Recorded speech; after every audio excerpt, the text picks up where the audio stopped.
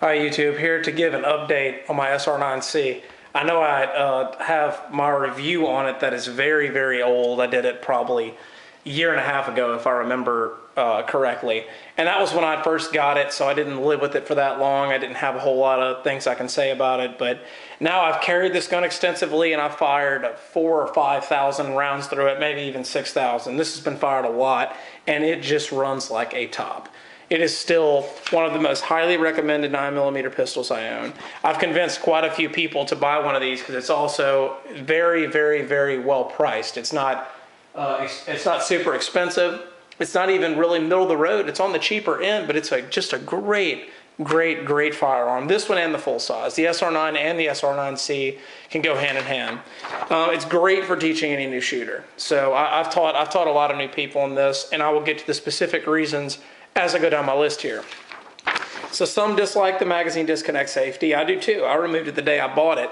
I don't really see a need for the mag disconnect safety. If you watch my video on safeties, I think the mag disconnect safety is dumb because it makes the gun inoperable and you can't actually use it whenever the magazine's out of it. So if you're in a defensive struggle and the magazine falls out, well, now you're just holding a hammer. So I removed the magazine disconnect safety from right there. There are a lot of videos online showing you how to do it, but if anyone has any questions, just post in the comments, send me a message. Maybe I can do a video to show y'all how I did it, but it is very easy. Didn't take me any time at all. So some dislike the thumb safety. Well, it doesn't really bother me, and I hardly ever use it. I really don't use it that much on the range at all, really. I mean, you can't turn it on when the slide is back, and the striker has to be cocked. So if the striker's down, it won't move. But if the striker's out, you can see the striker indicator there. Now it can go up, and that makes the trigger inoperable. So the only time I really use the thumb safety is when I'm initially holstering it into my waist. I'll turn on the safety, slide it in, and then turn it off. Because the trigger's covered here. There's no need for me to leave it on, or at least I don't feel so. But if someone wants to carry it with that on, that's completely up to them. So some also dislike the loaded chamber indicator. It doesn't bother me because it doesn't obscure the sights. So I'll show you here. Here's a loaded magazine. Danger check, as James Yeager would say. You can see the loaded chamber indicator right there is pretty dramatic. But that's also good if you're in the dark or something because you can feel for it. And it's also good because you can see it. If you barely tip it, you can see that red line. It's very bright.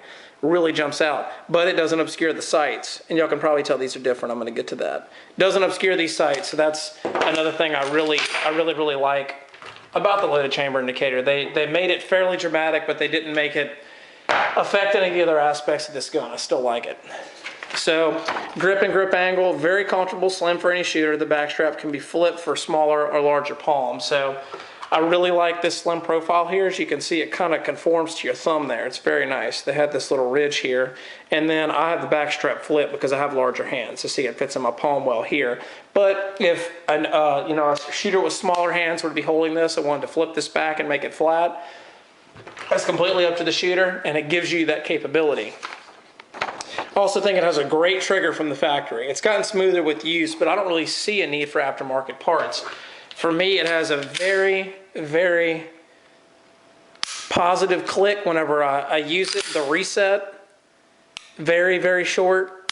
And I don't feel any sponginess anymore. This is one of the best striker fire triggers on any of my guns. I mean, it's awesome. Besides maybe an M&P with an Apex kit, or maybe the Walther PPQ, but I haven't shot one of those a lot. This is one of the best striker fire triggers on the market, and it really does get better with use because you start smoothing out some of those metal on metal surfaces. But this one's awesome. I don't see the need for other parts to be put in, especially since it's a carry gun. I don't want to mess with its factory setup. But then again, if someone wants to improve it, there are some good parts out there. So the only issue I really had with it were the sights. The original sights were round at the top and on the rear and the front sight. So there was no flat surface for reference. So I added some fiber optic Novaks from shoprigger.com.